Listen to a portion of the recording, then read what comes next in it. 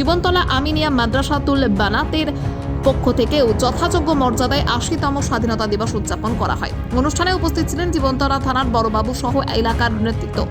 অলিউল পিয়াদারের উপস্থিতিতে মাদ্রাসা প্রাঙ্গণে জাতীয় পতাকা উত্তোলন করা হয়। স্বাধীনতা দিবসের এই আয়োজনে বহু পড়ুয়া, শিক্ষক এবং এলাকার মানুষের মধ্যে উৎসাহ উদ্দীপনা দেখা যায়। ৮০তম স্বাধীনতা দিবসের বিশেষ অনুষ্ঠানে জীবনতলা আমিনিয়া মাদ্রাসাতুল বানাতের পক্ষ থেকে কাছে গেছিলাম। স্যার বারবারই একটা কথা বলেছেন, আমি প্রচণ্ড ব্যস্ত, তবে কথা দিচ্ছি অনুষ্ঠানের মধ্যে আমি যাব। তো আজকের আমরা সত্যি একদম খুব জীবনতলা আমিনিয়া মাদ্রাসাতুল বানাতের পক্ষ থেকে অত্যন্ত আমরা আনন্দিত এবং গর্বিত। স্যারের আগমনের শুভেচ্ছা, স্বাগতম। আমি স্যারের অনুরোধ করব আজ এই ৮০তম দিবস উদযাপনে ছাত্রীদের এবং দেশের জন্য দুটি কথা এবং ছাত্রীদের উপদেশমূলক দুটি কথা বলার জন্য স্যারের অনুরোধ জানাচ্ছি। প্রথমেই জানাই জীবনতলা থানার পক্ষ থেকে আমিনিয়া মাদ্রাসাতুল বানাতের উদ্যোক্তা যারা আছেন তাদেরকে সকলকে ধন্যবাদ জানাই আমাকে আমন্ত্রণ জানানোর জন্য, এই ছোট ছোট বাচ্চাদের সাথে সমবেত হওয়ার সুযোগ করে দেওয়ার জন্য। আজকে স্বাধীনতা দিবস কিভাবে আমরা পেয়েছি তোমরা ইতিহাসের পাতায় পড়েছ। শত শহীদের রক্তে রাঙানো এই স্বাধীনতা দিবস, অনেক বিপ্লবীর রক্তে যারা রাঙিয়ে তাদের রক্ত বিসর্জন দিয়ে এই স্বাধীনতা এনেছিলেন, সেই নির্মম ইংরেজদের হাত থেকে ছিনিয়ে নিয়েছিল আমাদের ভারতের জন্য স্বাধীনতা। সেই সকল শহীদদের আজকে আমাদের শ্রদ্ধা জানানোর দিন। তাদের জন্যই আজ আমরা স্বাধীন হয়েছি। আমরা সবাই পড়াশুনো করতে পারছি।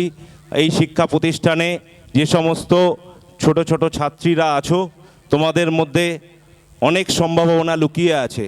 তোমরা ভালো করে পড়াশুনো করো এবং আমাদের দেশকে যাতে আগামী দিনে আরও উন্নত জায়গায় পৌঁছাতে পারি, আমরা পৌঁছে নিয়ে যেতে পারি, তুলে ধরতে পারি বিশ্বের দরবারে, সেই আহ্বান তোমাদের কাছে আমি রাখছি, সেই আশা তোমাদের কাছে রাখছি।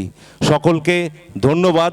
স্বাধীনতা দিবসের যে জীবনতলা থানার পক্ষ থেকে স্বাধীনতা দিবসের প্রীতি, শুভেচ্ছা ও গৈরিক অভিনন্দন জানিয়ে আমি আমার সংক্ষিপ্ত বক্তব্য শেষ করলাম। দেখেন, জাতীয় পতাকার ধর্মীয় কোনো কালার নেই।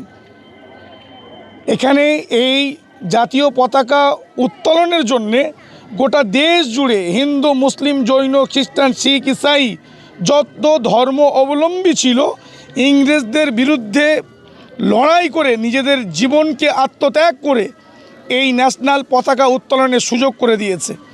আজ জীবনতলা আমিনিয়া মাদ্রাসাতুল বানাতের পক্ষ থেকে, পরিবারের পক্ষ থেকে আমরা শহীদ যারা হয়েছেন তাদের প্রতি আমরা সমবেদনা জানাচ্ছি না, গভীর শ্রদ্ধা জ্ঞাপন করছি। এবং আগামী দিন যেন এই দেশের জন্য আর নতুন করে কাউকে শহীদ না হতে হয়, এই জন্য এই মাদ্রাসার ছাত্রছাত্রী, স্কুলের স্টুডেন্ট যারা সবাই মিলে পরবর্তী প্রজন্ম এরকমভাবে আমরা দেশের ভালোবাসায় এমনভাবে তৈরি হব বা তাদেরকে এমনভাবে তৈরি করব নতুন করে যেন কোনো দেশদ্রোহী আর ইংরেজদের কোনো জারদ সন্তান নতুন করে ভারতের ওপরে চোখ না রাঙাতে পারে, এই অঙ্গীকারবদ্ধ নিয়ে আমরা ছাত্রছাত্রীদের তৈরি করছি। আমিনিয়াতুল বানাত যে জায়গা, যখন থেকে এই মাদ্রাসা আমিনিয়াতুল বানাত তৈরি হয়েছে তখন থেকে দেখেছি প্রতি বছরে স্বাধীনতা দিবসে পতাকা উত্তোলন করে এবং বেশ জাঁকজমক করে। এই মাদ্রাসার ছাত্রীদের উদ্দেশ্যে কী বার্তা দেবেন? কিছু দেশদ্রোহী আছে, তারা মুসলমান একাডেমির নামে, মুসলমানদের শিক্ষা প্রতিষ্ঠানদের নামে কিছু বিদ্বেষী ভাষা প্রয়োগ করে। তাদের বলবো আজকের এই মিডিয়ার মাধ্যমে দেখে যান, আজকে যে সমস্ত আমার ঘরের ছেলেমেয়েরা, আজকের আমার বোনেরা যেভাবে এই শিক্ষা আঙ্গিনে আবদ্ধ হয়েছে, হাজারে হাজারে মেয়েরা আজকের শিক্ষার সঙ্গে আঙ্গিবদ্ধ হয়েছে, আমি তাদের উদ্দেশ্যে বলবো, হিন্দু, মুসলমান, জৈন, খ্রিস্ট যারা এই ভারতবর্ষে বসবাস করে, এই মাটির গন্ধ যারা পেয়েছে, তারা দেশকে সম্মান রাখে। সেই দেশকে সম্মান রাখার জন্যে আজকে ন্যাশনাল ফ্ল্যাগ উদযাপন করে আজকে তারা গর্বের সহিত বলছে জয় হিন্দ।